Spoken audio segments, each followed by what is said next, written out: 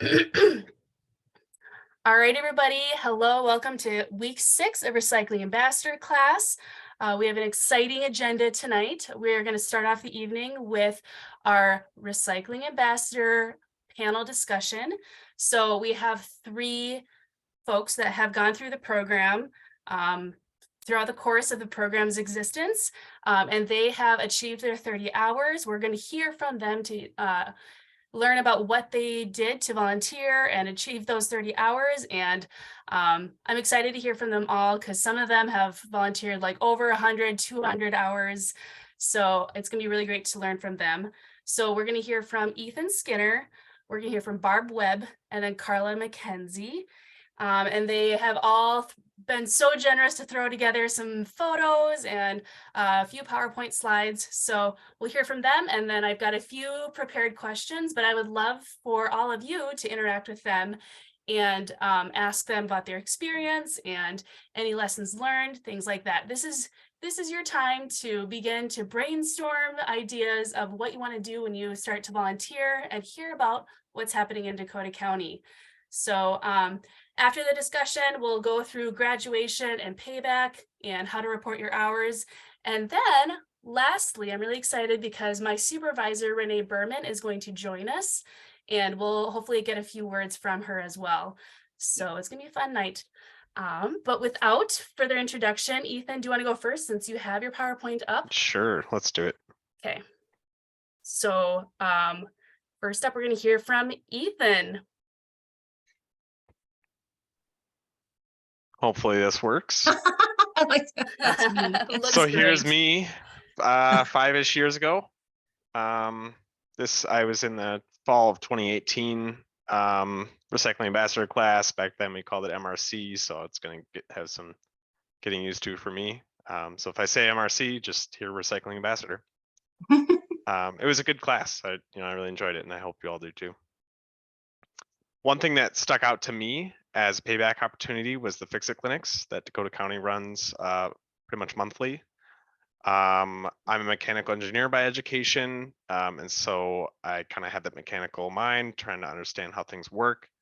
But by all means, that is not necessary. It helps, but there's no expectation of experience or anything like that. I have a modest set of tools, which was a good way to start, but again, totally not necessary. There's some community tools there. You can always borrow from other fixers, or you can just even have, I've seen somebody do it with as little as a multi-tool. You don't need to have a whole lot. And I've always liked tinkering. I'm the kind of kid that played with Legos growing up, but even that's not required. There's plenty more to Fix It clinics than doing the actual hands-on fixing. So you can see just after my fall of 2018 class, I'm there in November 2018 trying my first Fix It clinic in this picture. I've definitely learned a lot along the way. The residents that come to these Fix It clinics are nearly always super appreciative. They are just happy to have something out of landfill, which is what this is all about. They're happy to that it's for free. They're happy to join along and understand the process. And it's a great opportunity to discuss sustainability. Like I said, most of these people, they're trying to save a buck, but they're also trying to keep something out of landfill. And it's always a good conversation starter of like why I do Fix It clinics, why I'm interested in fixing things rather than throwing them out, and that gets people thinking. As you fix things, if you do this, you'll definitely get better at it.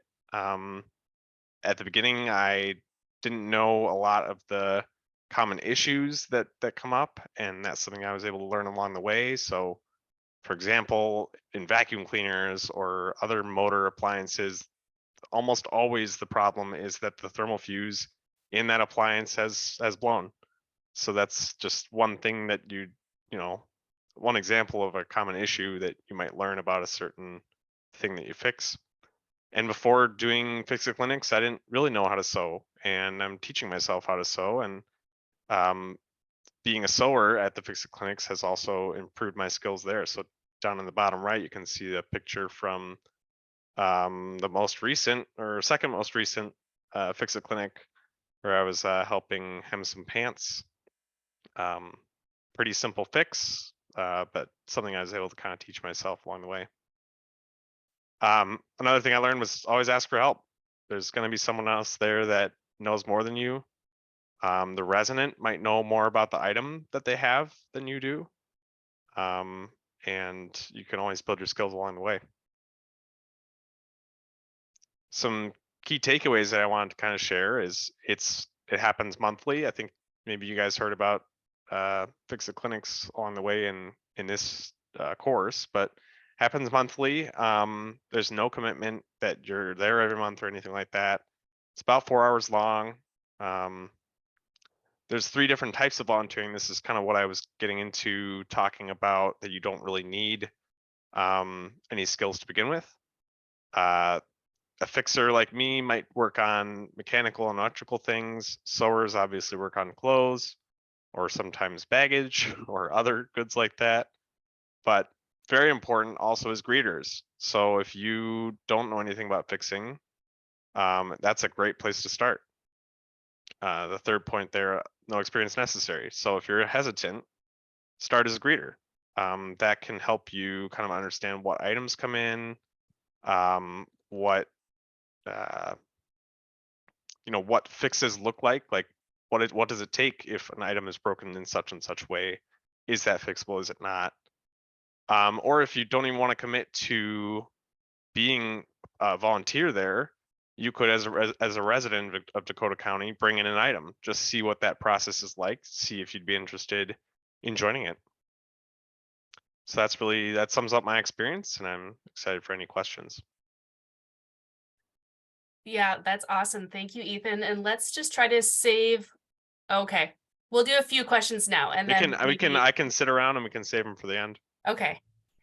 You saw Either the way. question about the rewiring lamps. Do they do that at the clinic? Yes, absolutely. So that's a really common one that comes in. Sometimes it's the wire itself. Sometimes very often it's the part that the bulb goes into. We have amongst the community supplies, we have a bunch of replacement bulb bases. We have a bunch of replacement switches, and sometimes people bring in a replacement switch, and it's one of the most common items, I'd say. Zippers at Fix It clinics, I see that question. That is another very common one. Sometimes they're fixable, sometimes they're not. We have replacement parts that go on zippers, the bottoms, the tops, the slides. We even have a few replacement zippers that we could sew in, but we tend not to do that. And that's something that I think everybody at the Fix It clinic is trying to learn more about, because it kind of spans between sewers and mechanical people. But yeah, about half the time I'd say it's fixable. Does the clinic provide sewing machines? All the sewers, as far as I know, bring in their own sewing machine. There's been a couple times where we're at a library, and oftentimes libraries will lend out sewing machines. And that in that case, you could borrow it from the library while you're there. But otherwise, most people have their own sewing machine. Most sewers, I should say. All right. Well, thank you, Ethan. I'm going to provide the link to our website that details the Fix It clinic. The next one is coming up on May 21st at Heritage Library, and that's in Lakeville. So absolutely check one out. If you haven't been to one before, maybe you'll see Ethan there. Say hello. All right, so I'm going to pull up Barb. Are you ready?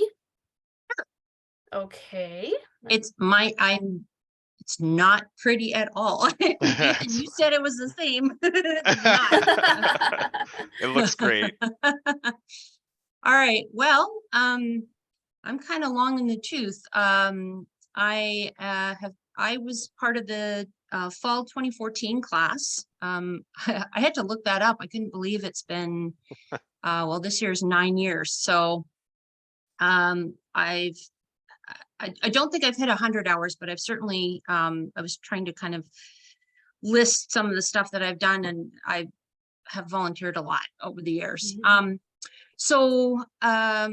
My first jump in was on the right there. There's a picture of me wearing kind of ghosty things. That was at the Dodge Nature Center, and that was my very, very first volunteer gig. I was terrified. I didn't know what to expect. I mean, the program was fantastic and covered a lot of information, but until you actually get out there and are, you know, face to face with the public, you're not sure what to expect. But I thought that the other volunteers that were more experienced than me were super helpful. The people at the Dodge Nature Center were grateful to have us there, and the people that were, the families that were out were really helpful, were really happy for the assistance and figuring out where to put things. And I think back in 2014 that we were just the second class for Dakota County, so it was sort of new in Dakota County, and I was really grateful to have the opportunity to participate in that kind of a program right from the get-go. That same year in 2014, I had also, earlier in the year, I had also done the Dakota County Master Gardener program at the same time. So what I found was, after I did I'm going to call it MRC as well. It's a hard habit to break, but the Recycling Ambassador program, once I had finished that, I kind of found that my niche, or the overlap between the master gardeners and the recyclers was really composting. And so I got really passionate about developing my presentation and my information on composting and vermicomposting. And so that picture in the middle is my vermicomposter. I always joke that I have worms will travel. Sometimes people don't get it, but I travel with my vermicomposter, and it's usually pretty popular with children mostly, but even adults. I think if you go to the next slide, you might see a picture of me showing the worms at a class. Yeah, on the right hand side there. So let's see. I really didn't think it was hard at all to come up with the 30 volunteer hours. I don't know if you're still doing 30 whether the requirement is still 30 or not, but I found it really easy to come up with 30 hours or more. Again, it was overlapping with master gardeners as well, and we had to do 50 hours for master gardeners. I did have the luxury of being semi-retired at the time, so I jumped in with both feet and found that I was actually doing events, especially in the spring when the home shows were on, and there were a variety of different opportunities. I was doing 2 or 3 a week. So I got really into it. I was doing, gosh, I had a whole list of stuff. So I did county fairs, home shows where I either participated as a presenter or at a booth. I did the Aging Expo. I was contacted by a kindergarten class in Farmington and was asked to bring my vermicomposter and do some activities for the kids there. These were small children, but boy, worms really win them over. So they ended up getting a vermicomposter for their classroom, and so that was a lot of fun. One of the things that I would say for people who are graduating and are looking for volunteer opportunities, other than the great newsletter that is put out by the group that lists opportunities, and then the Facebook group, if stuff on there is not, convenient for you timing wise or whatever, there are ways of creating your own opportunities. So in the middle, you'll see that we had our annual national night out here in Egan. And I just thought, instead of just sitting and eating, the barbecue and potluck food, I thought I would sort of entertain the kids and bring the recycling wheel. And so I borrowed that from Dakota County, and it was a great hit. It was a lot of fun. And what I found was that for weeks afterwards, when I was out gardening in the front of my house, I'd have neighbors stopping by asking me questions about their recycling or composting or whatever. So once word gets out that you have some information, people want to know about it. So it could be as simple as offering to bring compostable cutlery to your family reunion, or talking to family about some of the answering their questions about recycling. All of those things, I think, have an impact and gets the message out. So, I would say the first 4 or 5 years I was really active, as I mentioned, and then sort of COVID hit. And since then I probably only do about 3 or 4 events a year if I'm asked or if I'm contacted. Life has gotten in the way and other interests. I hesitate to say that I am a sewer now. I work part-time for Joanne's in Apple Valley.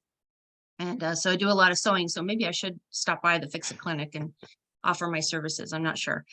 But one of the things that came up recently was that once I started working at Joanne's, I realized that they actually did not recycle their cardboard.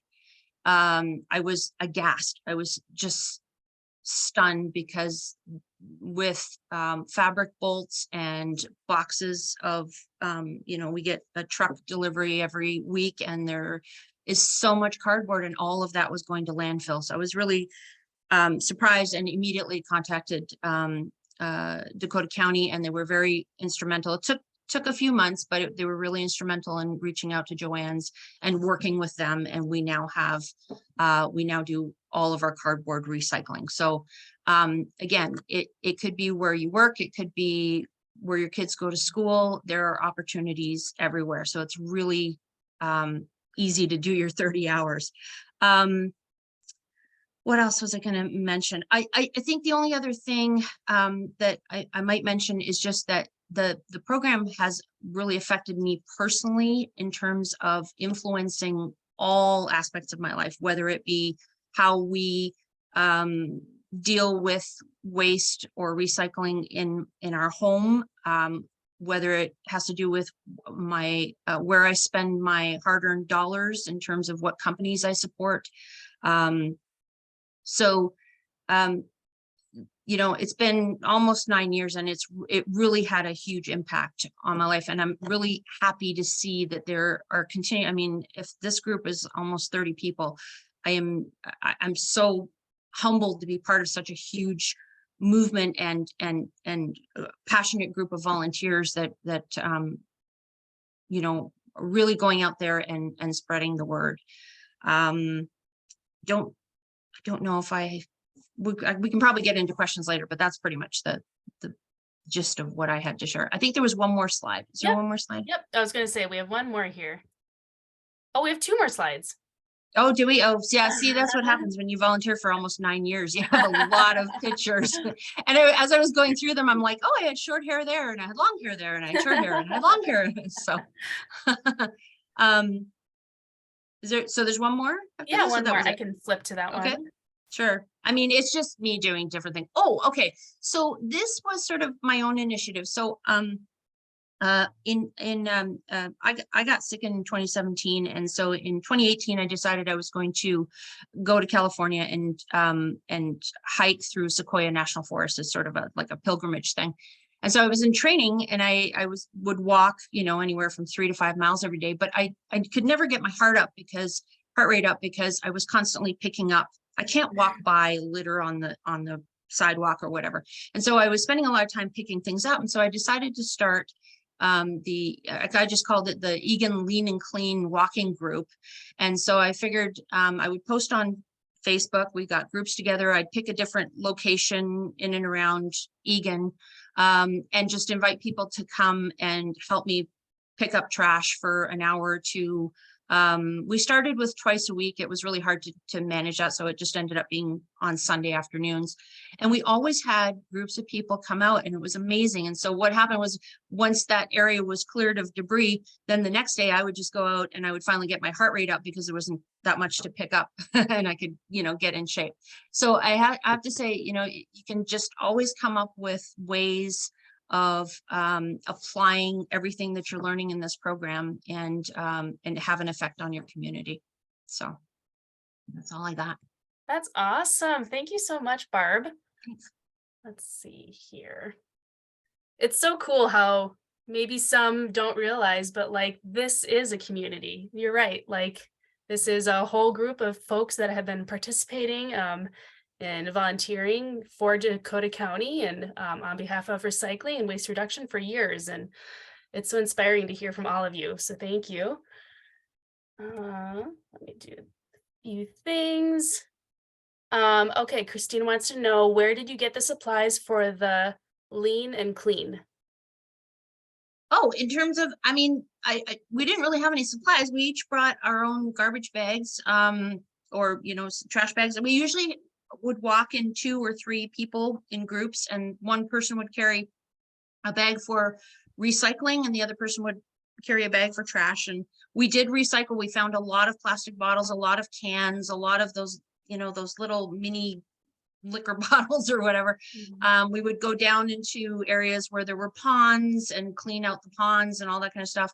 I did have like a kind of a grabber, but I would bring basically just a bunch of gardening gloves and hand those out, and so that we were all being safe and not getting cut or anything like that. But people would bring their own stuff. There was one lady there that showed up for every single one, and she always had her dog, and she always got her 10,000 steps in at the same time. So she was doubling up. There was another set of ladies who were out walking for in preparation for they were doing a cancer walk, and so I got to be sort of friends with them and attended some of their fundraising things. And I mean, it was just, we just got to know each other. And that second picture that was there was a whole Hispanic family, and then I got to practice a little bit of my Spanish, and the kids were involved. It was such a cool thing. And then again, COVID hit, so we sort of stopped doing it, but there's no reason we can't pick it up again. It's so much fun. People want to get out and participate in things. Yeah, absolutely. And those litter cleanups are, I think that people just don't really think about that, but that's so important. Especially it really right is now.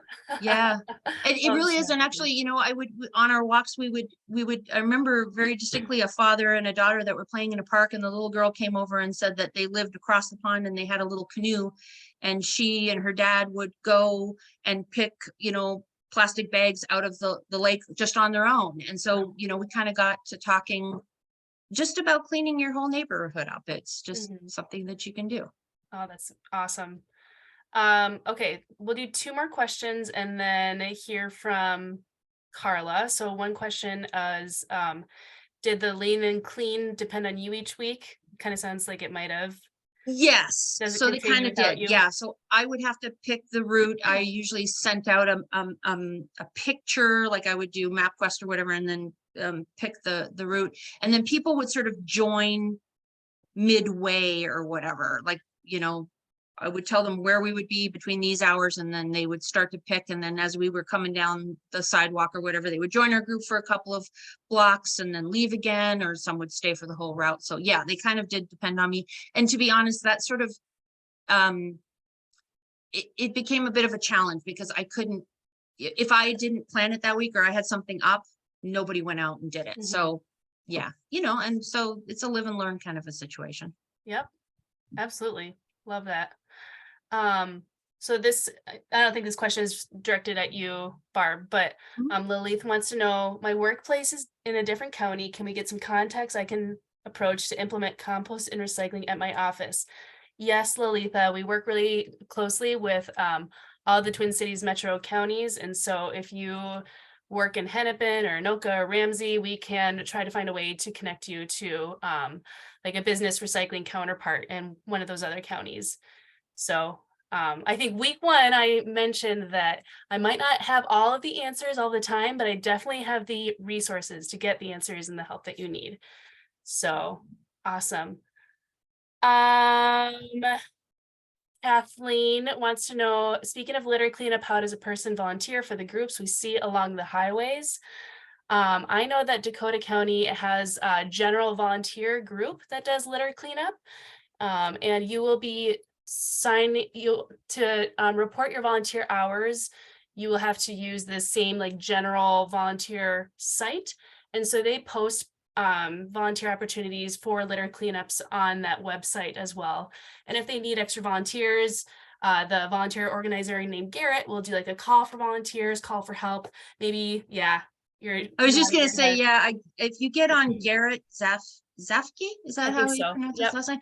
If you Yep. get on Garrett's email list, he emails, oh gosh, once a week at least, if not every, once or twice a week. And he has all kinds of volunteer opportunities, so Yes. there's lots Yeah. of Yeah, fun I know stuff. that It's on My Impact too, isn't it? Yep, that's the one I'm talking about. Gotcha. Yep. So I know that they had one scheduled for, I think it was like last Friday, but they had to cancel it because of all the flooding. Ooh, Oh, it's just the state of where we're at these days. So, all right, Carla, are you ready? Yes, I am. All righty. So I'm gonna just share your slideshow here. All right, Carla, you're All up. right. Well, thanks for having me, you guys. I took the Recycle Ambassadors course in the spring of 2021.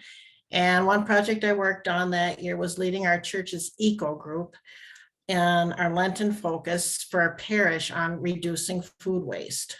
Our theme was food for thought. Our opening event was watching Just Eat It, a food waste story, and then I led the discussion group after that. Did you know that the Bible discourages food waste? In the story of the miracle of feeding the 5,000, the Gospel of John tells us how Jesus used 5 loaves and 2 fishes to feed the multitude. Jesus had them gather what was left over, and he said, "Let nothing be wasted." So I made a vignette illustrating the 12 baskets and 5 loaves left over to accompany the video viewing, and this was the centerpiece of that, this basket with that verse in it. And then unsolicited, our diocesan newspaper, the Catholic Spirit, came out and covered this. I have no idea how they found out about it, but they came out and covered it, and I talked to them. And then this event was reported on in that next week. And then also a member of our group wrote weekly bulletin articles talking about reducing food waste. Our electronic sign on County Road 42 had the message, food for thought, waste not, amongst the other messages that were on that electronic sign. And then can you show the next slide, please, Kirsten? Another event we had was on one weekend, we had an information table. And this is the table we had set up so everybody could come and talk to us after all the masses. And I'll tell you what, that game, that spin game in the middle, that was a lot of fun, especially for the kids. They really got involved with that. Okay, and then another project I had starting in January of 2021, just a little bit before I took the class, I started this. I asked the city of Apple Valley to have a residential organics collection site. And I'll tell you what, it's been a challenge. Apple Valley was not interested in it. They didn't respond. But I just kept bugging them. And so Kirsten, can you show the next slide, please? This is kind of blurry, but what I want you to see is that all of a sudden in August of 2022, this little project made the front page. I mean, all of a sudden there it is in the headlines, but look at the date, August 19, 2022. Okay, so that says all the city leaders think, oh, this is a great idea. Yeah, we should have organic composting in Apple Valley. Well, like I said, this is August 2022. It is now April of 2023. And keep in mind, I started this January 2021. I found out last week, I asked, when is the opening date? And I found out last week, well, it might be in August. So it's been 2.5 years working on this. But I'd like to thank Jenny Kedward and John Exner of Dakota County for all their support and encouragement. And all I can say is you just have to keep a positive attitude and a little sense of humor in this. So on that note, Kirsten, could you take the slide down? Thank you. What I'd like to say to all of you is that this is American Sign Language, the sign for I love you, or I love you in American Sign Language, okay? So let's think about plastics now. We can recycle 1, 2, and 5. So as all of you recycle ambassadors go forward, I'm hoping that you will spread the love of recycling with 1, 2, and 5. That's all I have. Yay! That was awesome. I actually only just heard that the I love you last week for the first time ever, and I've been doing recycling education for a long time. So I love that. Very cool. Any questions for Carla before I start with some other general notes and questions? You can unmute yourself or you can type in the chat.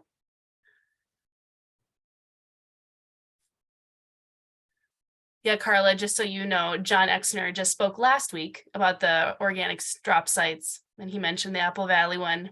And also Inver Grove Heights is opening one as well at Inver Glen Library, also in August. Okay, sounds Yeah. good. Yeah. It's been a long time coming. Carla, did you feel like you were doing this with the backing of the county, but mostly on your own? Is that how it seemed to you? Mostly on my own. That January, I just got tired of schlepping all my compost up to Egan. And I thought this is ridiculous. Yeah. And I contacted the city administrator, the mayor, and the mayor at one point said, yeah, I agree. It's important to compost. I bring all mine to Lakeville.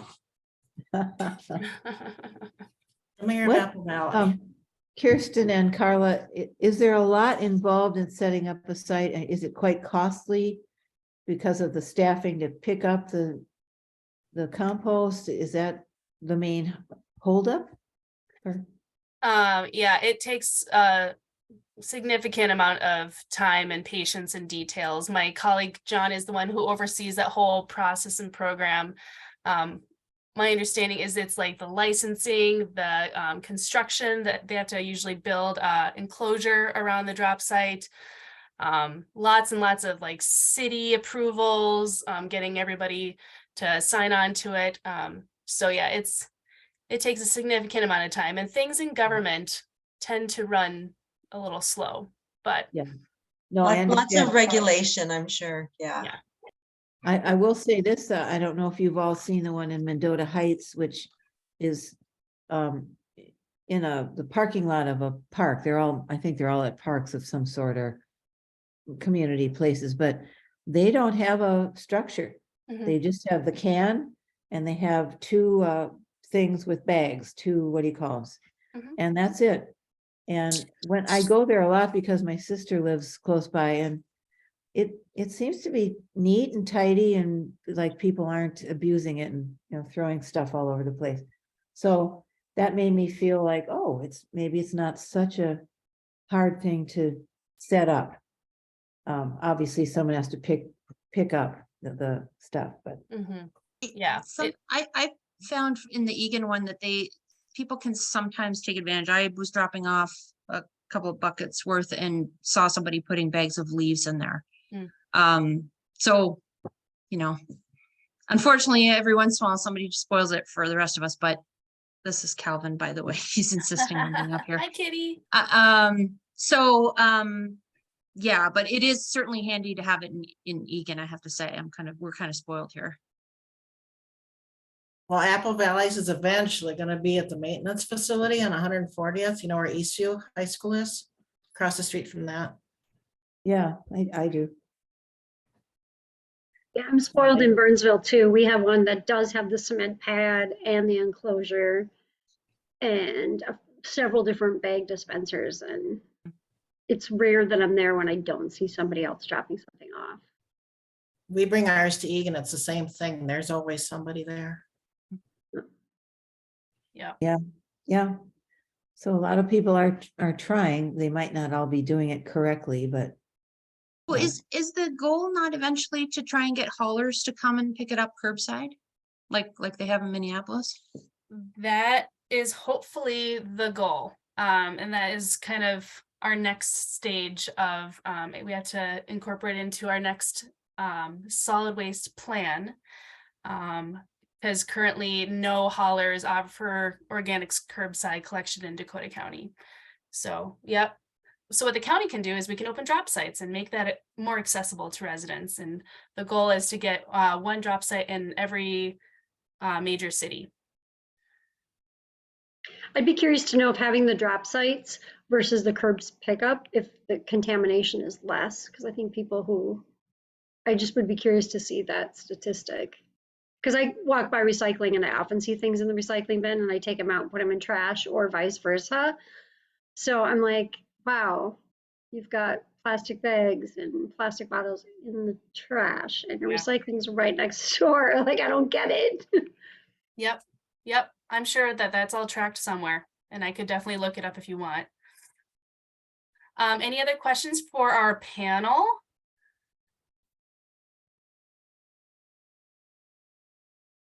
Great ideas. Thank you. Yeah.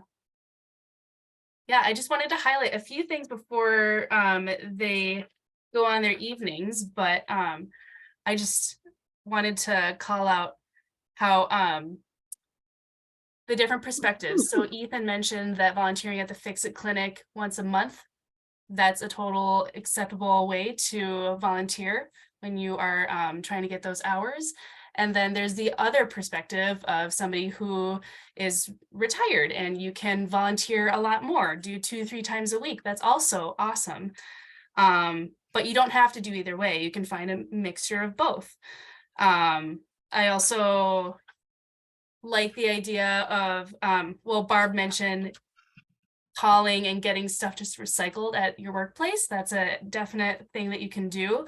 Very important. If you realize that recycling isn't happening there, then that's an excellent way to get your volunteer hours. And then also, who was it? Oh, Carla, I think it was Carla. Yeah, you mentioned the Just Eat It documentary. So for those of you that haven't seen it, I think I might have linked to it in one of my emails, but it's a food waste prevention documentary. Very, very good. And we actually have it for rental at in my unit at Dakota County. We have it for groups to rent out to show and then have a discussion afterwards. So we just tried to do this in our unit. Jenny Kedward, who spoke on week 2, she showed the documentary, I think it was at Lebanon Hills Visitor Center, and then led a short discussion afterwards. So we would have like a discussion template probably all set up and ready to go if that's something that you wanted to do. So all excellent things to do for your payback hours. Oh, did you, were you interested in that the video for the pollution prevention day in Farmington or no? Yes. Thank you for reminding me. Let me pull that up. Do you want to give an overview of pollution prevention days? So every year Farmington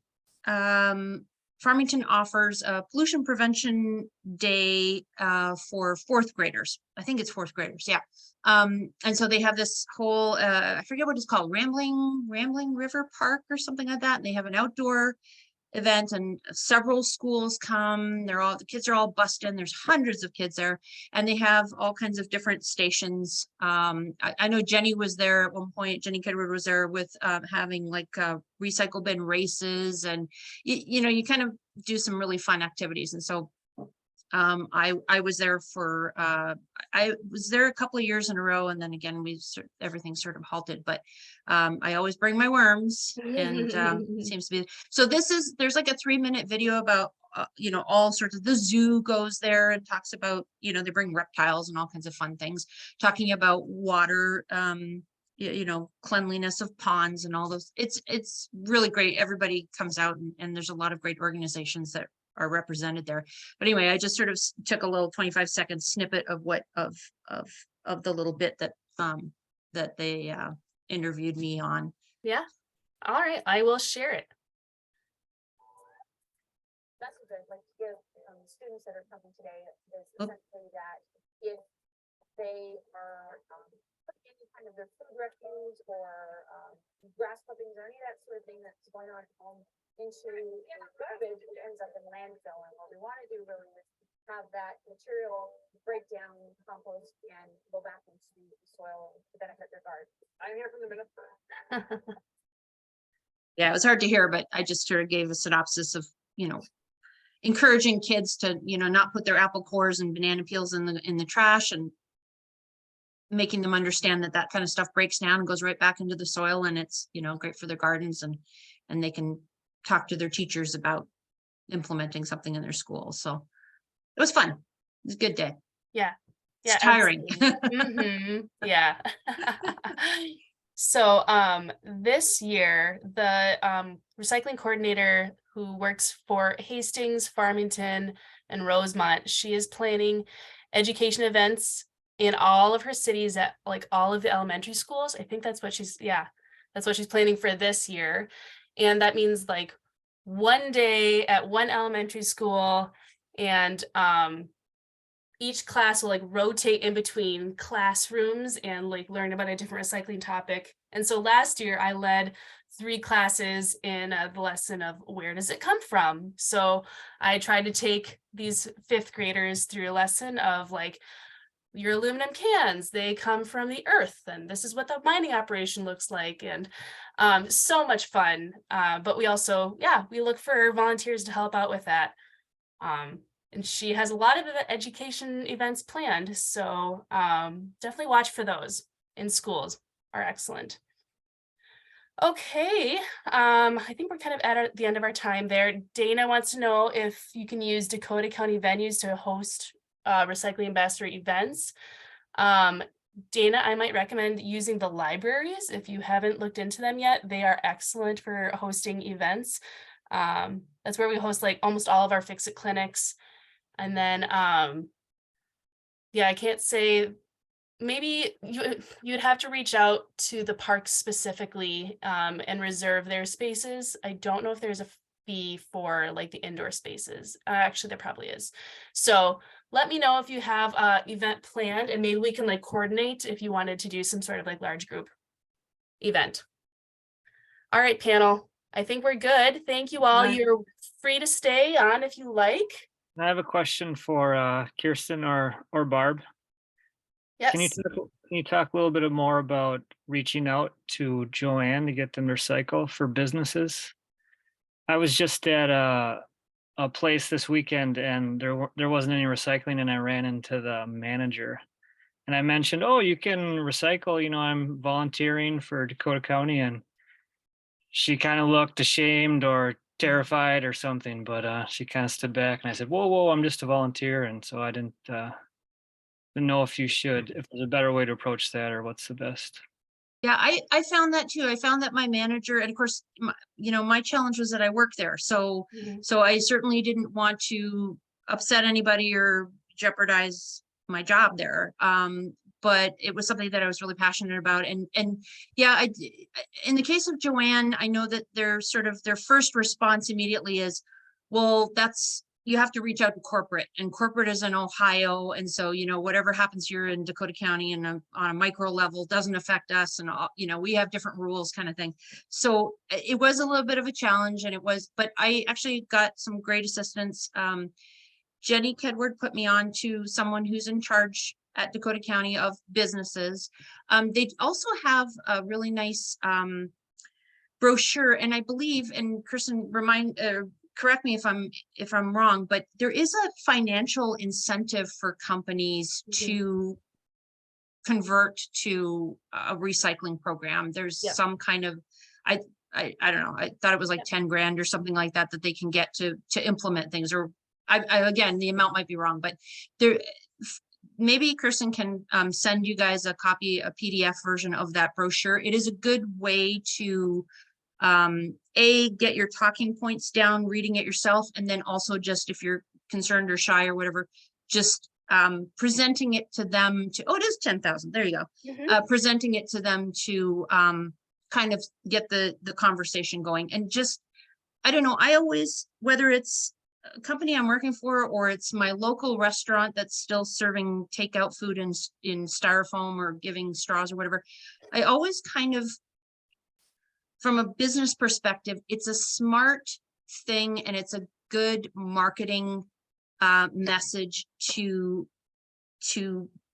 be eco-friendly and to, you know, just sort of make it a selling point of your, whether it's your food or your product or whatever, that you were also concerned about your community and your environment, and that, you know, that your company does recycle or offers this, or, you know, has switched over to compostable trays or whatever the fact may be. But I think companies are always looking for ways to have value add to whatever it is that they're offering. And that's, I think that's an easy one. That's just something that they can contact, you know, Dakota County and learn more about. And Dakota County is really great. And I'm sure the other counties are as well, in coaching them and, you know, getting through all the corporate red tape in order to come to a mutual agreement and program. Does that make sense, Kirsten? Did I? Yeah, Yeah, that was a okay. good answer. So my supervisor, she's the one who still is currently running the business recycling program. She'll be on in about 30 minutes and she can talk more about that if you like, Joe. But yeah, we definitely recommend that. Well, is the business not recycling? Was that the issue? Yeah, they didn't have any recycling bins there. Yep. So it's definitely illegal for a business to not recycle. So we would definitely want to offer them our assistance first, offer them our resources. So then we would usually send somebody out to meet with them, talk through how we can assist them, getting them the containers, labels, signage, things like that. And hopefully they'd be open to it, and that way you don't necessarily have to be the bad person. So you can always send us referrals of a business that might need some assistance. So the information would be in that handout. Yeah, does that answer your question? Yeah, thanks. Great. Yep. All right, thanks everybody. Thanks panel. The rest of you stay on. Thanks, guys. Thanks for giving us the opportunity. Good luck with your graduation. Thank All the you. best. All right, so we are going to move right along. We're going to talk about behavior change for just a little while, and then go into talking about graduation and more of those details. Hopefully it was helpful to hear from the panel. I kind of like hearing from past graduated recycling ambassadors. Kind of fun to hear from them. Can you all see the changing behavior PowerPoint? Mhm. Yep, okay. Fantastic. So I'm realizing now that you might notice one of these models on my first slide. That's pretty funny. We tend to use like a lot of the same photos over and over again, which is why I always want you to send us photos when you're out and about. Okay, so we're going to start we're going to talk about changing behavior. I'm going to do like a super brief overview of the community-based social marketing that I had to skip on week 1. I'd like to touch on it some point during our class, just because I think that many of us are considering trying to help people change their behaviors. I got one email from somebody who said, my brother doesn't think that recycling is important. What do I do?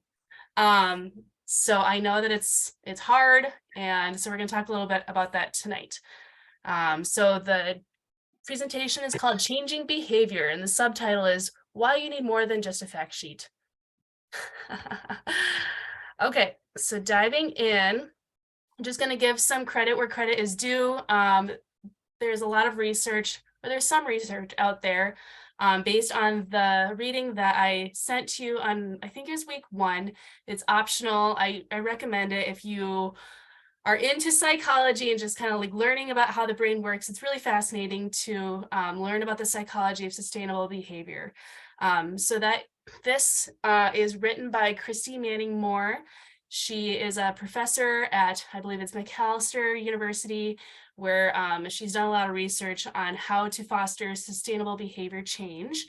And her research is based off of a professor called Doug Mackenzie Moore. He is kind of like the mind behind a lot of the science, where he will lead, it's like classes on how he will like have you come in with like a project in mind, and then he'll like give you strategies on like how to create your project in a way that can actually lead to behavior change, to the change that you want to see. And a lot of these folks that are meeting with him or coming to his classes come in with like environmental projects that they would like to learn about how to like get folks to sign on to this environmental behavior. It's really interesting stuff. So there's more on that. So why use psychology? Maybe you have seen a table like this when you're out and about in the community, maybe at the state fair or maybe Dakota County Fair or at some environmental expo. It looks like a lot, right? A little bit overwhelming. Definitely you can see that somebody wants to educate the public. It looks like, reducing waste and recycling information, creating less trash at school. Very cool. This is how to grow a low waste, healthy lawn and garden. Look at that, some suckers there. Lots of information overload, right? It feels like, this is something that we want to do. We want to give all the details to people. We want to give them all of the handouts, all of the tools, all the resources, and hope that that will change their behavior. If I give them every single handout, they're going to sign on to recycling and reducing waste and composting at home, right? That's not always the case, right? We probably can all understand that that's not always effective. I know that if I had seen this table, I might take like a handout or two and then it'll go right into the recycling bin, because that's just how my brain works, right? Changing behavior is really hard. So why is it? Why is it so hard? There's a lot of assumptions out there, is that our attitudes will always equal behavior change, because this person seems to care a little bit about this issue, their behavior is going to follow suit. So why? Well, it's because we have two brains. So we have one side of the brain that is a lot like Spock. Any Star Trek fans out there? I know I watched Star Trek growing up. Spock's brain is very conscious, rational, deliberate. It's very rule-based. So we all have this side of our brain that's very, very logical, very fact-driven. When you think of Spock, he's very like calm, he's very organized. So that's one part of the brain that we are trying to work with. And then we have another side of the brain that's the opposite of Spock. Any ideas of who that might be? It's okay, I'll tell you. Homer Simpson. I don't know if there's any Simpsons fans in the group, but this side of the brain is more unconscious. It's sensory driven, emotion driven, and then it's impulsive. So when establishing your own volunteer payback project, we might recommend to develop a program where you can speak to both sides of the brain, find a way to interact with both of these sides, not just the rational, the one with that's like super fact driven, and not just the unconscious side of the brain, right? Not just like giving people donuts, although that sounds lovely, right? Finding a way to speak to both sides. So how does change happen? I invite you to think about a change that you have made in your life to protect the environment, and what steps did you go through to make that change, and what did you experience along the way? And while I'd love to hear from all of you about your environmental changes you've made in your lives lately, I can share really quickly one of mine that is a really good example. When I first started doing recycling education years ago, I started working for Hennepin County and realized how important it was for me to start bringing my own bags and stop using disposable bags. That sounds easy enough, right? Like, I went to college for environmental studies. This is clearly something I cared about. I had all the understanding that this was important and like why I shouldn't be taking disposable bags. But it turned out that it was very hard. It was very hard for me to remember to grab my reusable bags or even just like a plastic shopping bag for my car. So I tried all these strategies. I tried driving to the grocery store with my shopping bags in my trunk. I would get into the grocery store, do all my grocery shopping, and then realize I left them in the trunk. Maybe this is something that others have struggled with too. Another strategy I tried was putting the reusable shopping bags in my passenger side seat. And then I would get to the grocery store, do all my grocery shopping, and realize I left them on my driver's side seat. Come on, Kirsten. So I learned about myself that I literally had to put my reusable shopping bags on my handle of my house. So like I literally would have to touch the bags to leave my house. This is sad, I know. And then I would have to drive to the store with my bags on my lap. Like driving to the store with the bags on my lap. So when I stood up from my car, they would fall on the ground and I would have to grab them. So it took me a long time to get this habit down. Now I've got it. Now I always remember my reusable bag. But remember, I was somebody who was like super educated about this issue, and this was very important to me. And I was frustrated. I was frustrated when I would get to the end of the grocery line and oh, I left them in my car again. So I just recommend that you don't get frustrated with people when they're on their own journey, right? Change is a journey. So I don't need to read all this off to you, but remember that there's a point where maybe somebody doesn't see a need to change. Maybe they're made aware of the issue, so they are working on trying to change, they're making those changes, and then they relapse, they go back, they take a step back. So me getting frustrated at the end of the grocery line and, oh, fine, I'll just take a paper grocery bag, like it's just this one time. And somebody else seeing that, somebody else seeing me take that paper grocery bag might see, wow, she doesn't care about the environment at all. She's taking a paper grocery bag, like lame, right? But really, I was somebody who was trying really hard to establish this change. I was just caught in this little cycle here. And it took me probably at least 7 times of putting my grocery bags on my door handle, driving to the store with my bags on my lap, making it so I literally could not leave my car without my bags many, many times in order to establish that change, where I was no longer tempted to make my grocery store purchase without my bags. And now, let me tell you, when I'm at a grocery store, if I ever forget my grocery bags, I almost like punish myself by like stuffing lemons and cheese in my jacket pockets, and like the cashier is always like, ma'am, do you want a bag? No, I do not. So remember that change is a journey, and we're all at different places in our journey. And we just have to work really hard not to judge others for where they're at. All right, so some things to consider. How does change happen? Actions happen when somebody values the action, they know about the issue, they believe that they are capable of making or of taking action on that issue. Hi, Kirsten, can you make the slide bigger? It's gone to a small size on my screen. Oh, Is it just me? It might just be you. Does this look okay, this slide? It looks fine to me. Okay. Wait, can you go back? Oh, yeah. I'm good now. Thank you.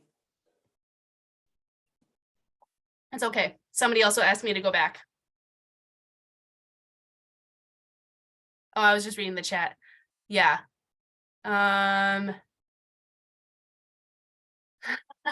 Quite the contrast with Spock and Homer. Yes, absolutely. Am I okay to move on? Yes. Okay. Great. So first up, if you are creating an individual project with some community-based social marketing, we recommend that you determine the action, the specific action that you want somebody to take on. Is it getting your workplace to recycle more cardboard, or what is it?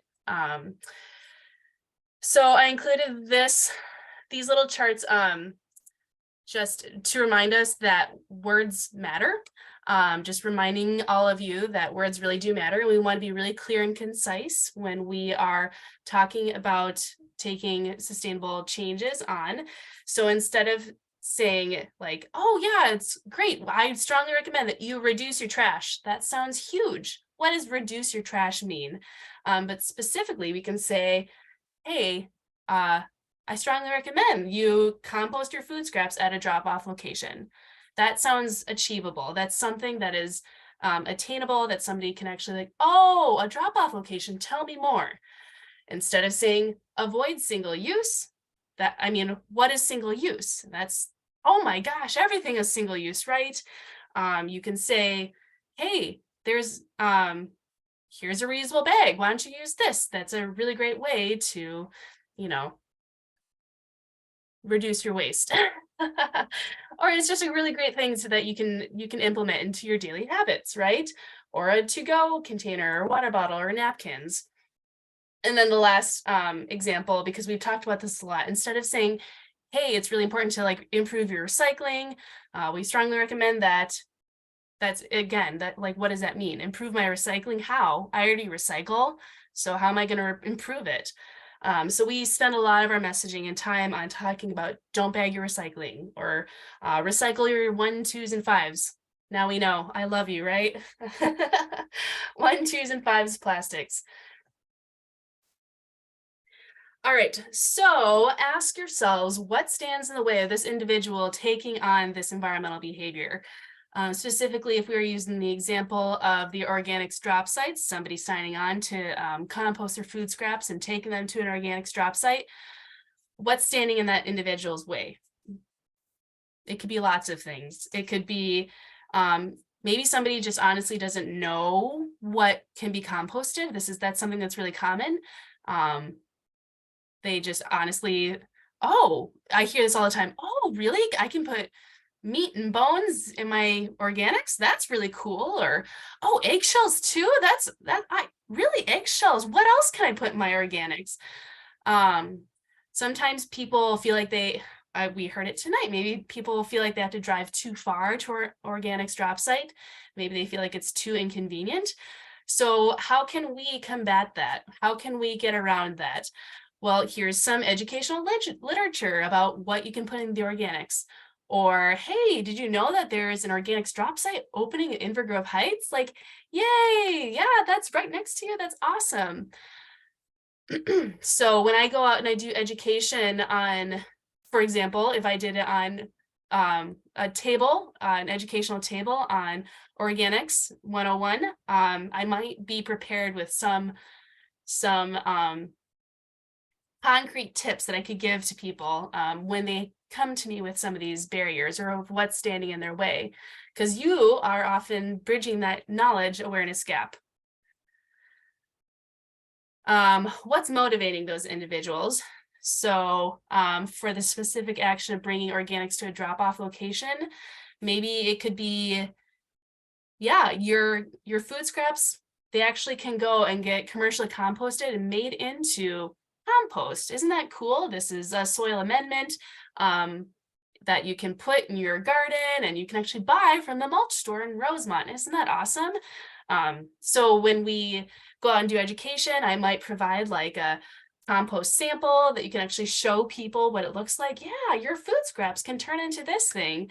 Isn't that really cool? And a lot of people will be like, wow, that's awesome. I had no idea. Because so often, and we talked about this many times, is that people want to recycle, but they just don't really know what happens to it. And the same goes for organics. I know I'm getting things in the chat. I'm just gonna do, I think I have 2 more slides and then I'll look at the chat. And then number 4, when you've figured out like what stands in people's way, what are people's motivations, how can you implement strategies? And again, this is like the way boiled down version of what is in these excellent CBSM documents. So I apologize, I'm just trying to be quick for time's sake, but can you make it easy to act for the environmental ask that you're trying to ask people to do? Can you create social norms? Can you use social diffusion? So make it so like everybody is doing it at once, and then can you use prompts? So my example here is this is a sorting table at a school, and I think that they're just so cool because look at how easy it is to understand where things are supposed to go, right? And all of the students know when they are done with their lunch, they bring it over to the sorting station and they know exactly where to bring their stuff. And if they decided just to like walk in the like other direction and not put their stuff in there, like it would be noticed, right? Because everybody's doing it. That's the social diffusion. It's the social norm to participate, to put the organics here and their recycling over here and their liquids over there. It's super easy to act, right? Because it's like right on their way out of the cafeteria. There's prompts right here, so you can clearly know like what items are supposed to go where. So that's just an excellent way to implement this type of strategy if you were trying to, for example, improve the recycling at a child's school, is in doing like a sorting station in their cafeteria. Just two more examples. So this is, we recommend allowing folks to practice their action. So this first example over here on the left is Metro Transit. They have these bike racks for individuals who want to maybe bike partway on their commute and then take the bus the rest of the way. But they found out the individuals weren't using the bike rack because they were they might have been nervous. They didn't know how to use the bike rack. And so they set up this like bus bike rack that you just like pull the handle at the top and then you fit your bike into the rack. They set an example one up, I think it was at the state fair, but they did some community outreach where they let folks come and practice the action. And I was actually one of those people where I watched a YouTube video because I didn't want to be, the bus be waiting for me while I was like struggling with this rack, and my bike was there and everybody's like late to work because I couldn't figure this thing out. So Metro Transit was allowing folks to practice this environmental action that they wanted people to have the opportunity to do. Over here is a sorting area. So this is at DemCon, which is located in Shakopee.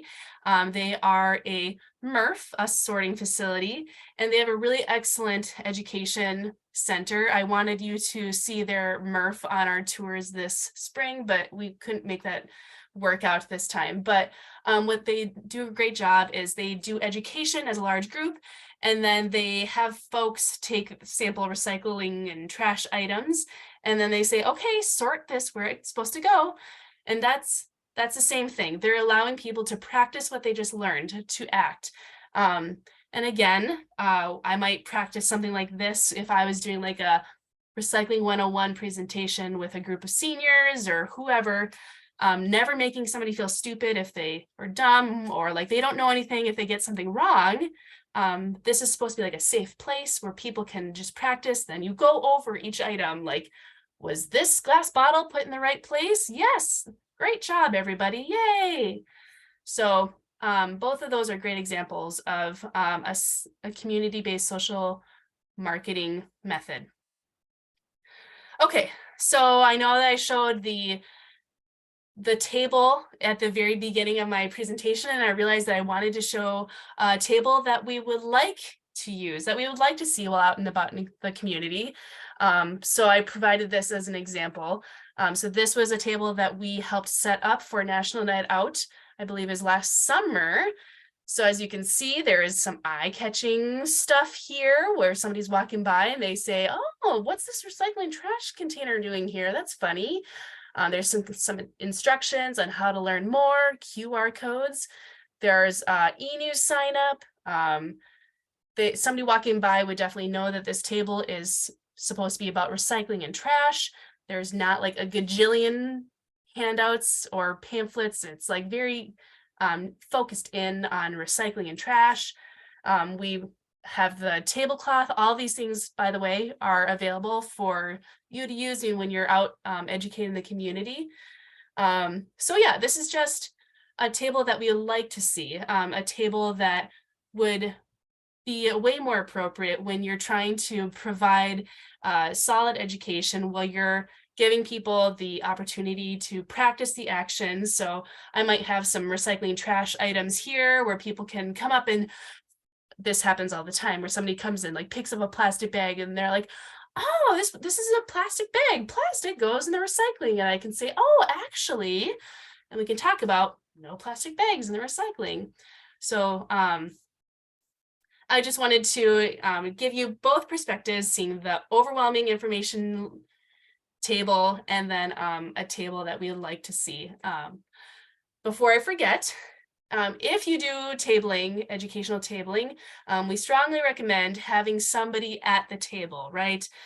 So if you're going to be staffing this table, standing in front of it, be a welcoming face. And of course, who wouldn't want to come up and talk to you and ask questions? That's the expectation. Just making sure that we are being a good voice for to folks to talk about recycling. Okay, so cool. I'm gonna go through the chat now, get caught up. So Paula says, one fact from the course that really got to me was the lack of breakdown in landfills. I'm already super motivated, but this has made me visualize my garbage items sitting in the landfill for decades, long outliving me. Yikes. Yes. I like the point that Christy makes on week 1, where she like has you visualize all the trash that you've had in the course of your life and what trash is sitting in the landfill because of you and what can you do about it, right? Yeah, yeah. No, oh yes, so Paula mentions no car to transport, probably for the organics, right? That could be a definite barrier for folks participating in organics. I do know that there is I've talked to quite a few residents who they will like combine efforts, and like if somebody knows that they're going to go take their organics to a drop site, they might like send out a group text or a group email, and neighbors can like combine their organics into one, and then like that they'll like switch off who takes the organics to the drop sites. Lindsay says, I always need to start small for our kitchen compost. We're going to start with just coffee grounds and get a good routine in place before adding to it. That is an excellent way to get started, Lindsay. Yes, just start. We just recommend just starting somewhere with something. Like I said, my reusable bag, that was my somewhere, my something. And to some, it probably was like, oh my goodness, Kirsten, come on. But I think that that's amazing. Just start with your coffee grounds, and that is an excellent way to get your routine going. Jenna says, the general public responds well to personal stories of experience. Like my reusable shopping bag story. Think about how people will trust and follow their neighbors' recommendations versus listening to a very well-educated and experienced professional. Yes, absolutely. So that's why all of you are the voices that we need to go out and make change, right? I can talk about recycling until I'm blue in the face, but also I'm wearing a Dakota County badge most of the time.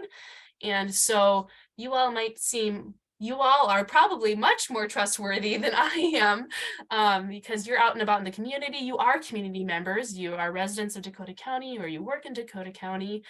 So yes, we heavily rely on you. Yes, very cool. Learn by doing. Okay, and then Kathleen, did you want to ask your question about? Sure. Yes, if you wouldn't mind me taking up just a minute. Of I course. live in a townhome in Inver Grove Heights, and there are lots of little clusters of developments around here. There are 100 units in it, and I have tried to do some recycling stuff. I was on the board for almost 20 years.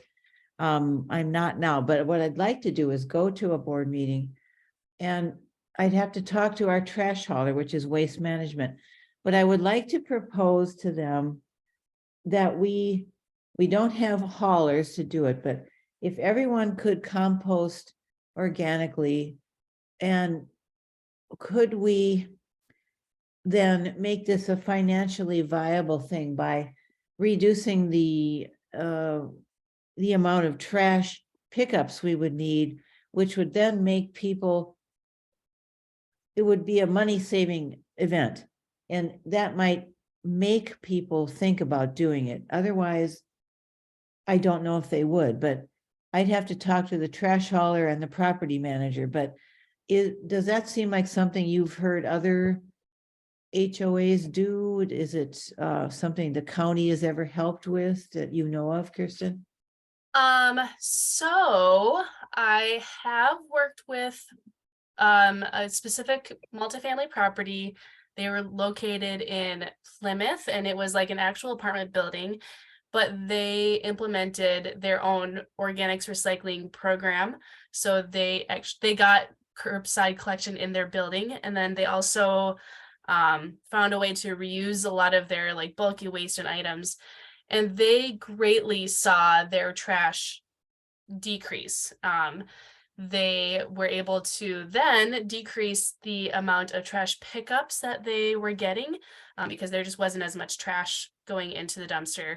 I will say that it's not super common because recycling at multifamily properties like a condo is difficult, and definitely not everybody is always on board. But that doesn't mean that you can't try. I mean, trash is heavily taxed in Dakota County. And so the more that you can get folks to recycle, hopefully the less they'll be throwing away. I'm guessing you have carts though, right, Kathleen? Yes. Yeah. So that makes it a little bit more tricky because it's pretty individual. And at a multifamily property, it's more like a combined dumpster, and yeah, it's just a little bit more tricky with the trash carts. But what you can do is I would maybe start by just like asking if there are others that are interested in this kind of thing, and maybe you could be like a pilot group where you could find a way to like trade off, like taking people's organics if they're like super interested. Okay. Yeah, just kind of Actually- gauging people's interests. Actually, we have thought of it because a woman in the group in this complex took this class last year. Her name is Therese. And she and I have talked about doing that. So I guess that's where we can start at the ground level and try to just ask our neighbors to compost, and she and I will pick it up, and having a site now at the library will be it will make it so much easier to present. Like all you have to do is drive 1 mile over to, that's about where it is from where we live, to the library. And maybe we can start there, and yeah, thank you. Yeah, We'll work on that. yeah, that's awesome. And let me know when you start implementing your education, because I'd love to be able to help you. That's awesome. Okay, thank you. Yeah. All right. Well, I think we're going to dive into talking about recycling graduation or recycling ambassador graduations. So if we were in person, I might play like the graduation song, like da da da da da da, yay, you made it. Just want to say congratulations. I know it's not always easy to probably sign on to a virtual meeting when it's beautiful outside on a Tuesday evening, but I really appreciate it. And I hope that you did enjoy the class. So we're going to talk about kind of next steps and go from there. I'm still waiting for my supervisor to sign on, so I might like pause for a second as I admit her to the class. Alrighty, so you're graduated, yay! What does that mean for you? Ethan, Carla, and Barb mentioned the 30 hours. That's the achievement that we would like you to all try to get to. So it says timing happening in 1 year. We just recommend it happening in a year because the knowledge is fresh, and often it's the easiest to get out and start volunteering when you're the most excited and you just graduated, you're ready to go, fresh recycling ambassador out of the gate. But there's also nobody like monitoring that on the back end. So if it's a year and a half, if it's 2 years, because life happens, we get it. So the only requirements are that volunteering must be located in Dakota County. You must implement a system or a program to divert materials from the waste stream, or providing one-on-one education. We're going to talk a lot more about what that looks like.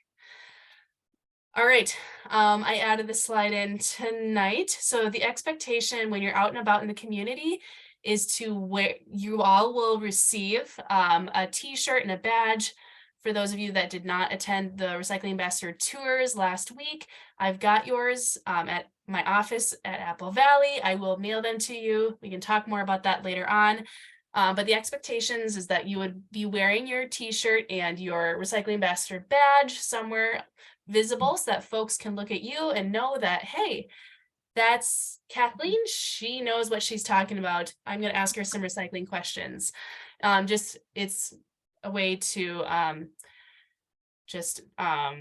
oh my goodness, identify yourself to the community. All right, and we've been talking about payback opportunities all evening. So there's lots and lots of ways to get your payback hours in. So we talked a lot about education at events, so doing some tabling and presentations, helping out with waste diversion at events. So I know that the term used to be manning waste stations. I'm trying not to say that anymore. So staffing at a waste station is something that I've really enjoyed doing while out and about at events, because it's such a fun atmosphere. And people are, at a food truck, they ate their hot dog and now they want to dispose of this food boat. What do I do with it? And so there'd be a volunteer there, like this gentleman, telling the person, oh, this is trash, this goes here, this is organics, this goes over here. And it's a really great way just to have that super quick interaction, but you are absolutely providing the educational feedback. And sometimes people do have questions like, oh, really? This is trash? Can you tell me why? And you'd be right there. You're the expert to tell them. And then lastly, you can do individual projects like recycling at your workplace, in your apartment building, etc.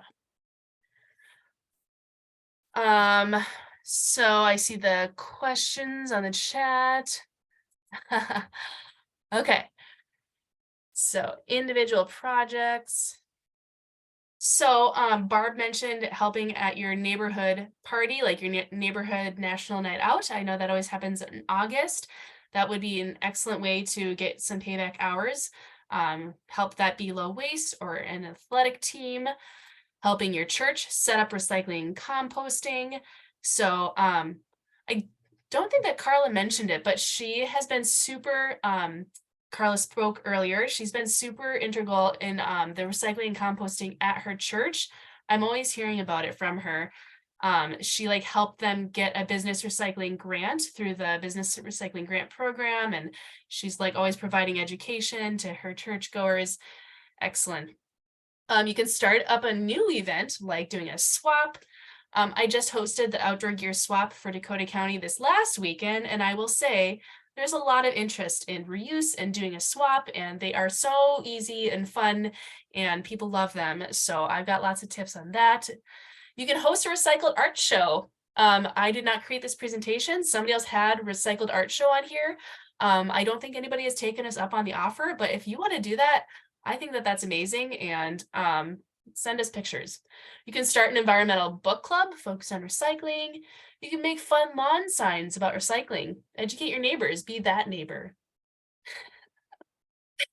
You can help with food recovery. Adam talked about food recovery efforts last week, so absolutely volunteering with the Open Door Pantry would count. You can join a city environmental commission. I just heard that the city of Inver Grove Heights is looking for folks to join their environmental commission. And then applications are due May 6th, so that totally counts. Helping at a thrift store, or you can sign up for someone else's event. You don't have to develop your own project, just sign up for someone else's, and that is excellent. I see the chat. Okay, all right. So I mentioned on week 1 that we post payback opportunities on our website. So you would just go to dakotacounty.us, search Recycling Ambassador, and I will provide the direct link to you in my follow-up email coming later this week, hopefully. But we like to update this every single month, so you can see that we're looking for volunteers at the outdoor gear swap. We had a tabling opportunity. We still have this coming up, survey recycling zone customers at the recycling zone in Egan. So yeah, there's always things going on, and this is the time for environmental requests or recycling ambassador requests, because it's still Earth Month, and then summer is our busy time as well. So definitely keep your eye open for opportunities if you're looking. And then I know that this is not perfect, but we are on Facebook. Not everybody's on Facebook, but if you are, you can always join our page. That's another place that I might post a recycling ambassador opportunity. If I'm like short on time, I might need somebody quick, and it's just a different interface for us to use. But Facebook is also nice because you can hear from other recycling ambassadors like, hey, I saw this item, is this recyclable? And I'm not always able to get to it right away. You know, I work 40 hours during the week, and sometimes I just can't quite get to it.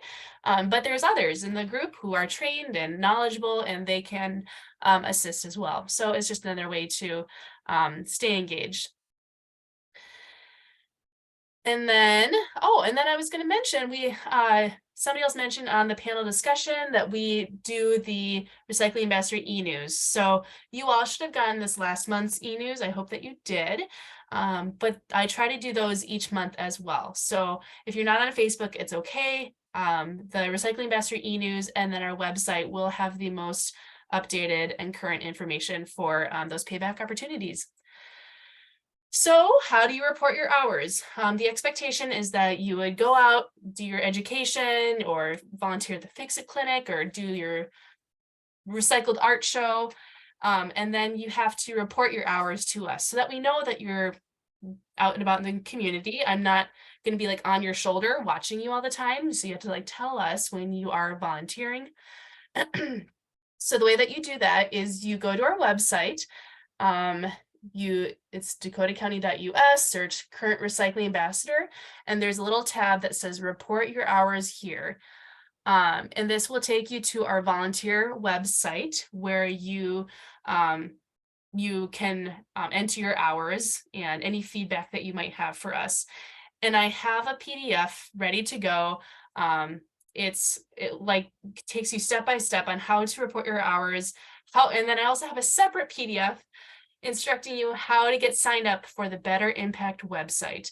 And that was the site that Carla mentioned earlier. The Better Impact website is where Dakota County hosts all of our volunteer opportunities, including the litter cleanup, including they're doing lots of really cool things in Dakota County. So it's not just Recycling Ambassador program. It could be lots of different programs, but only the Recycling Ambassador opportunities can you get hours for, or else talk to me otherwise. Okay. How do you know? How do you know how many hours you have? Each month I had to plug in all the hours that you all have done over the last month, and I'm keeping track of it in an Excel document, and then I attach it to the Recycling Ambassador e-news. So each month, if you are curious how many hours you have, you should be able to click on a link within the Recycling Ambassador e-news, find your name. So if you're Cassandra Schuler, she's no longer in Dakota County anymore, but you could see that last year she did 26 hours, and that's how many hours she has now. She has not quite made it to her 30 hours, and that's okay. She's still working on them. So that is how you can look up your hours. Yes, Paula has a recycling ambassador request. Thanks, Paula. Yes, she is looking for somebody to come and help out at their event happening on May 20th. So Paula is in this class, and she just put some information in the chat. Dana wants to know, can you tell us about the new hazardous waste facility that Recycling Zone is conducting surveys about? I can talk about that in a minute. I'll just talk about it now. We are in the process of undergoing research for our new hazardous waste collection site. It's similar to the Recycling Zone. We're going to be taking more materials than just at what we accept at the current Recycling Zone in Egan. And so I know that they wanted to do some feedback they wanted to get some feedback from residents, specifically on what the site should be named. I believe that that's a survey that she's wanting help with. So she actually wants people to go out in the community and just like ask people like, hey, of these 3 options, which name do you prefer the new Recycling Zone be named? It's not the Recycling Zone, it's the new Dakota County facility, but I don't know what else to call it right now. So yes, I hope that answers your question, Dana. But you can reach out to Jenny Kedward. Her information is listed on the Dakota County website, or I can forward you an email along from you if you just email me individually, and you can she will get you more information on that. Do you know where it's gonna be located? I don't have that information in front of me. I can look it up though. Yeah. Okay, so you went and you volunteered a bunch, you had a great time. Once you complete your 30 hours, you will receive a certificate that just certifies that Dana Burke, you completed your 30 hours and you are now an official Dakota County Recycling Ambassador of Dakota County. So it'll have your name, and then we have my department supervisor, Nikki, will sign it all. So it's like very official, and it's just another nice little certificate to recognize all the hard work that you've done for Dakota County. Joan wants to know if there are if there's a list of counties who offer recycling ambassador programs. We don't have an official list, but Joan, if you send me an email, I can send you information on some of the other recycling ambassador programs that are happening. Almost all of the 7 metro counties have their own programs, including Nick, who's on the call. They are in Scott County. They're looking to restart their program, which is excellent. So yeah, feel free to reach out to me, Joan, and I can hopefully get you some of that information. Okay. All right, so when you're out and about in the community, you are not alone. We have almost all the tools, almost all the resources to help you be successful at educating residents. So we have digital articles, images, social media posts. I think that we know now we have print handouts, posters, we have container labels, cute little recycling trash container labels. We have games and activities. We're going to talk a lot more about those in a second. Booth props and displays, and then presentations with notes. Quick story. I think I've still got time. Yes. I found a recent recycling ambassador for a backyard composting presentation being done at a church. And she was like so excited to do this backyard compost presentation. And she was like, oh man, I'm going to have to like gather all these materials, and I don't know if my kit is very good, and like what should I say, Kirsten? And I was like, hey, I've got you. So I was able to reserve, we have a backyard compost education kit that she is going to be using for her presentation. It's like already vetted, it's ready to go, it's got like a little finished compost sample in it. And then we also have a presentation like with presenter notes right on it, already like built up and ready to go. And I was able to send that to her, and she was like, oh, all this work is already done for me. Like, that's awesome. So that's something that is absolutely available to you. So the recycling wheel has been mentioned a few times tonight. That is a really big draw. This is at the top of my to-do list. Is actually we need to like replace our recycling wheel because it's been used so many times. It's like breaking. But it's something that's available to you. The new one will be available to you. This is like our example, like yes, no recycling kit. All these handouts that are displayed. We have tablecloths. This is some people volunteering at, there's like a Lakeville watershed cleanup day that just happened this last weekend. They must have been educating on the recycling zone. I can see like a battery and some chemicals there.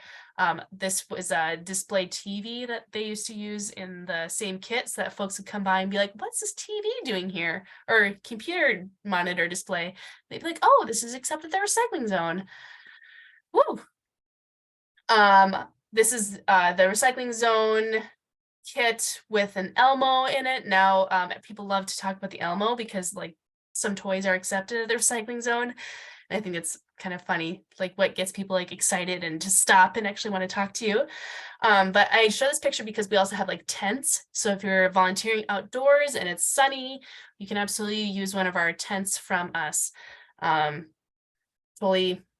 Totally usable. Okay. So we have the prize wheel, we have recycling relay. Hey, there's Barb. Funny. We have recycling bingo. We have strikeout waste. It's like a bowling game. We have 4 to score. This is like our version of Connect 4. So it has like recycling images on it and then organics images on it. They're like blue and green. Very fun if you're at an event with kids. We have a kit called Reeling and Recycling, where it's like a fishing game. We have, oh, and I put Twister with a twist. So it's our version of Twister. So it's got recycling zone products on it. And so you can say, put your foot on the red, I don't know, drill. And then I was trying to find an image of our Make a Green Cleaner kit. Usually if we were meeting in person for Recycling Ambassador, I would bring, we have like all of the vinegar, we have antibacterial soap and then essential oils. And then like we actually provide like these spray bottles and we'll provide as many as people want for their event.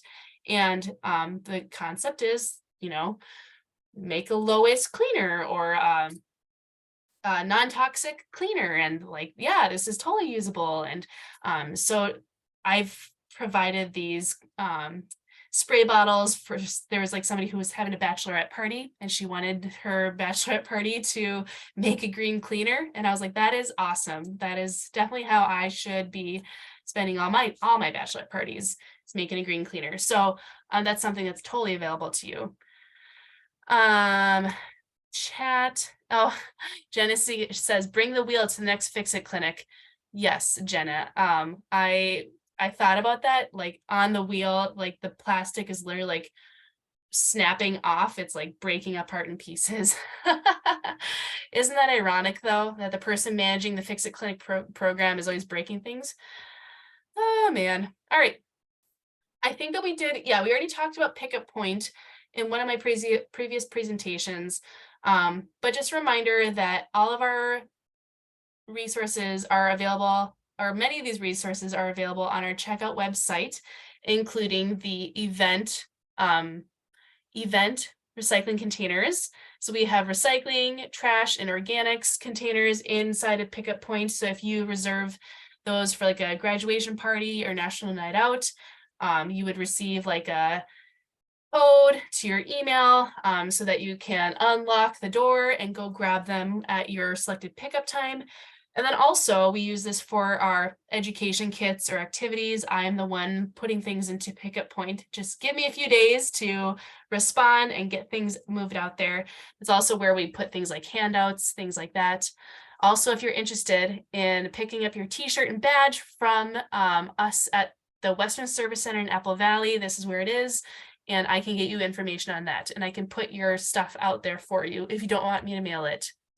So I'm going to get you the link to our online reservation system if you're interested in looking through our education kits and then also our event containers. Okay, and then I talked about our presentations. We have the template for Lazy Guide to Composting, Recycling 101, Low Waste Living, and then Declutter. We've been doing some large decluttering presentations. Some of our cities have been hosting decluttering, and then also Dakota County hosted a decluttering presentation. And there is a lot of interest from people to do a decluttering, to like attend one of these talks, because they just, I guess they just feel like they need to declutter in their homes. And that's awesome. I'm so interested to see all the interest from decluttering. Okay. So that is my graduation and outreach 101 talk. I know that it seems like a lot. I will send you an email with more instructions. I'm here to help you, absolutely, if things are not making sense. So I think we have like 5 minutes if folks want to unmute themselves. And also after Recycling Ambassador is done tonight, I can absolutely stay on if you prefer to talk with me after we're not recording at the end. So yeah, does anybody want to unmute themselves and chat?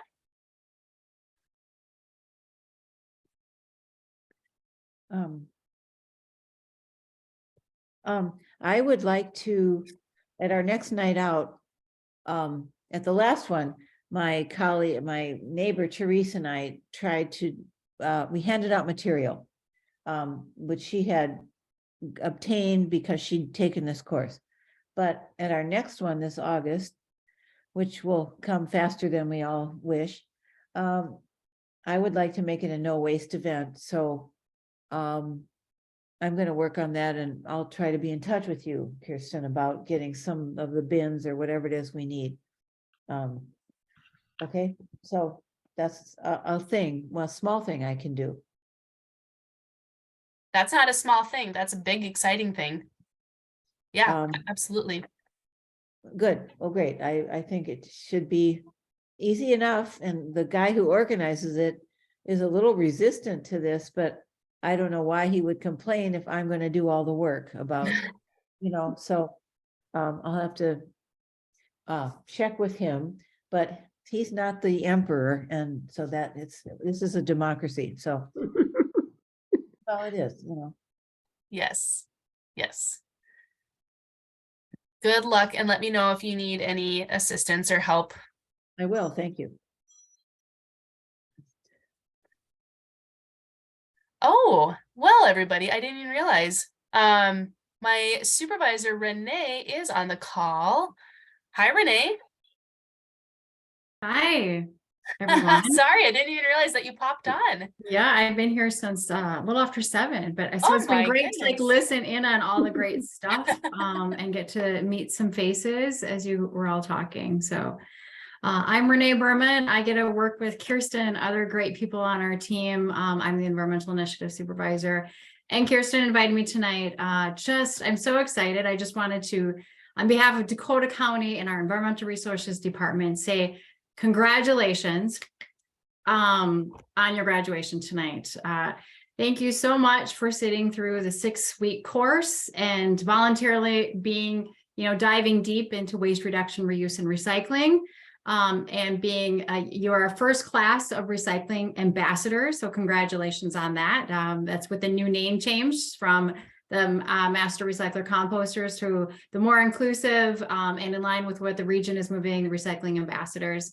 You are now part of our army of volunteers with over 400 graduates since 2014. So kudos to all of you. Again, thank you for taking this class and committing yourselves to learning more about the waste reduction options across the county, and then also committing to volunteer up to 30 hours to put your new knowledge to work in our community to make a difference. And just know that your work really helps us advance our programs and our messaging across the organization. I think Kirsten said this early on, but you guys, you're trusted in the community. So it's really important that you're able to do this work. We appreciate that a lot. It goes beyond anything Dakota County and our staff can do. Recycling ambassadors have volunteered nearly 3,600 hours since we started this program. That's almost 2 FTEs. So that's a lot of great work getting done, and we're excited to see where you can take it in all of these, new areas. As Kirsten mentioned, there's little things you can do, there's big things you can do. Any little bit, and every little bit makes a difference. So thank you for that. Beyond recycling ambassadors, I just want to put a plug in here that we hope you stay engaged in Dakota County efforts. We are coming up on an exciting time. We are going to be revising our solid waste plan. And that is our 20-year strategic plan for waste reduction, reuse, recycling, composting. And that we're going to start that revision process later this summer and fall. It'll be a 9 to 12 month process, depending on when we get state direction. And that's really going to set the direction for what we're going to focus on again for the next 6-year horizon and beyond. So it's really important that we hear from the community and experts like you on where we need to move. We've done a lot of great work with our new recycling requirements, with a lot of our new programs, but we know there's more work to be done. We know some of the new state direction is going to focus more on waste reduction, new areas like deconstruction and wood waste. And we need to hear from folks like you and experts on what we can do in those areas. So stay tuned. You'll hear most about those opportunities. We'll provide information in the Recycling Ambassador e-news. For those engagement opportunities. And then also maybe even a better spot is the residential environmental e-news. I don't know, Kirsten, I'm assuming you put a plug in for that too. But we'll have more opportunities and more information in that monthly residential e-newsletter that goes out from our office as well. So congratulations. Thank you for the commitment that you've made, and look forward to the good work that you guys will continue to do. Thank you, Renee. Thank you. It's awesome to be able to hear from management. Yes. Yeah. All right. Well, just remember, I just wanted to echo what Renee said. Absolutely. Thank you so much for going through this Recycling Ambassador program with us. I know it has not always been perfect, but thank you for your patience. Just remember that I am a resource. Renee is a resource. We have excellent city staff that are helping implement many of our programs as well. And so after today, I'm planning to send you their email list. So if you have specific questions for within your city or Recycling Ambassador events that they might be looking for some help with, you can reach out to them as well. They're there for you to reach out to as well. So yeah, don't hesitate to reach out. I know that I have a few emails I need to respond to for some of you. Just lots of exciting ideas happening out and about already with many of you. So thanks for your patience. I will respond to you. It is Earth Month. I am catching up. And I also wanted to get to this point in class to be able to talk about more of your payback hours and how you can volunteer for Dakota County. So yes, the next email, next steps from us is that I will send you the follow-up email, and that will include the city staff list, an evaluation form. Be honest, tell us how we did, if you have any recommendations for the future. That will include the links to register for the online volunteer site. And then, of course, if you have not gotten your t-shirt and your badge, I know that you have not gotten it yet because I have your badge. So we can touch base about that later on. Otherwise, I'm going to plan to mail it to you. So more excitement in coming to you in the mail. But yeah, like Renee said, we hope that you stay engaged with us. We hope that this is not the last time that we all see each other. So stay engaged. I'm hoping to do like a recycling refresher or recycling ambassador refresher this summer. So that will be in person. So that will be a great opportunity to gather together, to meet other folks that have gone through the program. And again, it's just so much fun to be able to get everybody in the room together and just other passionate individuals. So I think that's all I have for you all. Okay. well, Thank you so much. Thank you very much. Thank you. I'm just making sure I'm not missing anything from the chat. All right. Yeah. Thank you all. Yeah, I'm free to stay on a few more minutes if you want to discuss some potential payback opportunities. Otherwise, yeah, look for that email from me, and I hope you don't mind ending a few minutes early tonight. Nope. Thank you. What was the better something site?